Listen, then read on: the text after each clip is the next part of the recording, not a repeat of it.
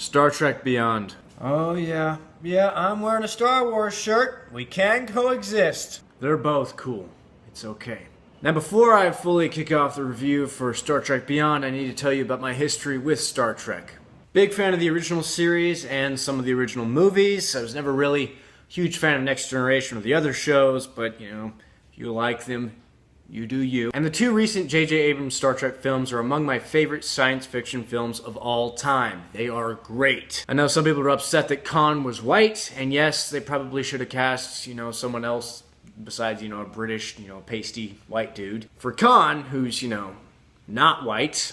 But come on, it's Benedict Cumberbatch. It's Benedict Cumberbatch. Awesome. Still can't decide which I like more, Star Trek or Into Darkness. It's tough for me. It's tough. But anyways, I am a big Star Trek fan, especially of the two new movies. And this newest movie, Star Trek Beyond, I was a little worried about. Because you see, J.J. Abrams went over to direct Star Wars. And so Justin Lin stepped in to direct this one. And Justin Lin directed the Fast and Furious movies, and they're not like Star Trek. They're just big action movies, admittedly fun, but, not Star Trek. And so I was worried about Star Trek Beyond. I was afraid it's going to be a disaster, and the first trailer didn't help. The first trailer was not good. I kind of hated it. But the other trailers were good, and so, when I went to the theater, I was like, I'm optimistic. I think I'll enjoy it. It's not going to be as good as the others, but, I think I'll enjoy it. Well, guys, I've got to say, Justin Lin went above and beyond what I thought he could do. Because Star Trek Beyond was a great movie. I knew I was home when Bones said, "Well, Jim, you look like a piece of crap." Spock, Jim, Uhura, Bones, Scotty, Chekhov, Sulu, whole crew. Respected, done perfectly well. Great character moments. It wasn't just an action fest like I was worrying it was going to be. There was actually some great character moments. The relationship between Bones and Spock, fantastic. Before I get ahead of myself, I should probably give you the scenario. The crew gets stranded on an alien planet. They're cut off from the Federation. It's not good. They're basically on this planet with a terrorist who's trying, to terrorize. And they've got to stop him. So it was a very different Star Trek movie. They weren't, out in space for most of it. Most of it, they were on this planet. They were stranded. The crew was split up. The characters, they were in dire situations. Jim and Chekhov, their relationship was great, but let me reiterate that Spock and Bones, really funny. They were stranded together, and their whole relationship, the dialogue between them is just, it's hilarious. And also the new character, her name is Jayla. She was in the trailer. She has the white face, kind of black marks here and here, and the hair. She was really cool. She kicked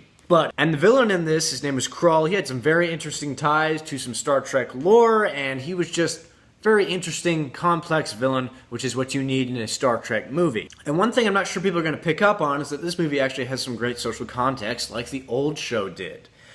The villain, Krall, is essentially a terrorist. Now, I'm not going to explain how he is a terrorist, because, you got to see the movie. But essentially, the U.S.S. Enterprise crew has got to stop a terrorist from, conducting his evil plot. I'm pretty sure that we all know that terrorism has context today. It's very sad that I have to say that. As for faults with the film, there's not really that many. I mean, in the beginning, I was home whenever Bones started, doing his banter, "Jim, you look like a piece of crap." But there were parts kind of in the beginning acts where I was a little like, this isn't quite as solid as the other two. Lots of the humor worked in this movie. Some of it, I thought they were trying to be a little bit too funny. But overall, I laughed pretty hard. There were just some jokes that fell flat that I think were supposed to have me rocking in my seat. And there were a few points where I zoned out a bit because it was getting a little slow. But I mean, that's okay because then it picked up again. But guys, the third act of this movie was it was awesome. I mean,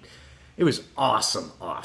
I almost said dope, but if I say dope, I have the feeling that, the world's gonna end. Coming out of my mouth, I don't think I'd be able to live with myself. But other than that, I think it was an excellent, excellent Star Trek film. I don't think it was as good as the first two by any means, but I mean, the way I view the first two is they're some of the best ever. Star Trek Beyond is a different, yet worthy sequel to those two films, and now we have a great Star Trek trilogy, so I'm not complaining. Star Trek Beyond gets an A-.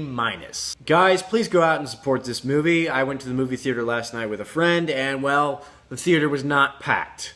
Which is sad, okay? Because right now we have great Star Wars movies and great Star Trek movies coming out at the same time. support Star Trek and Star Wars. You can do it. It's okay. But anyways, if you have seen Star Trek Beyond, please comment below and let me know what you think about it. And if you like this video, like it and subscribe. Tell your friends about it, family, yeah. And I want to thank you all for supporting me. I love this channel. I love doing all this weird things I do. So basically what I'm trying to tell you is live long and prosper.